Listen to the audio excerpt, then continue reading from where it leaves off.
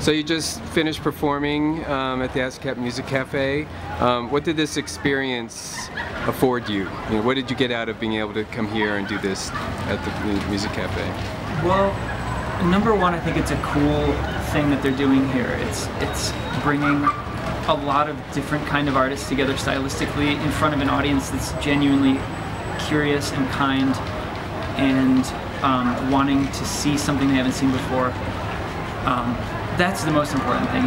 It puts together interesting artists with people who are ready to hear cool stuff.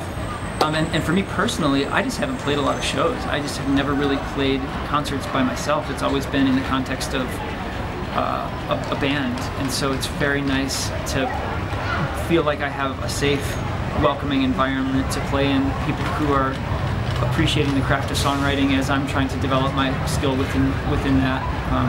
So I think it's just a wonderful situation all around. It was a really wonderful time. So you played a couple covers, over the course of your two sets, Gershwin tune and Harry Nilsson, and you definitely have a love for sort of this classic American kind of piano style.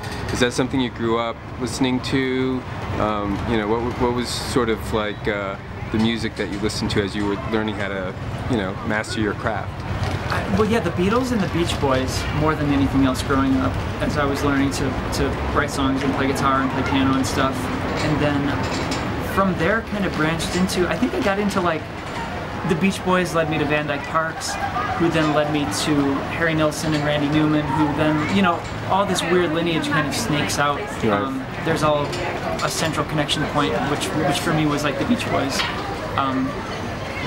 But I just love, I think there's such a harmonically rich history of this songwriting, especially with the Gershwins, and I, more than anything else, just like to learn what they were doing, like to try to incorporate that in some way into what I'm doing, because there those chords and those clever lyrics and those melodic twists, and it's something really to aspire to, and such a rich part of our history in the U.S. Right. So you're here with a film, The D Train. Was that your first experience scoring for, a full-length film like that? Yes and no.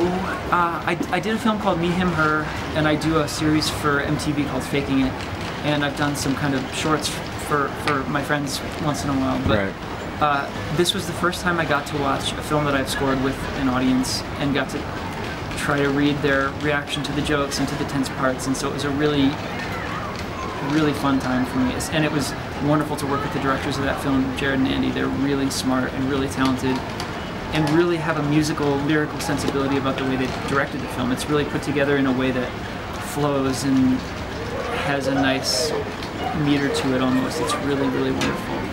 And then I have another film here actually called It's Me, Hillary, which is a documentary about Hillary Knight, and that was another, just such a pleasure to work on with the whole team. It's nice to be getting into film, and it's a different style of collaboration, but it's one that I think I really respond to and really love.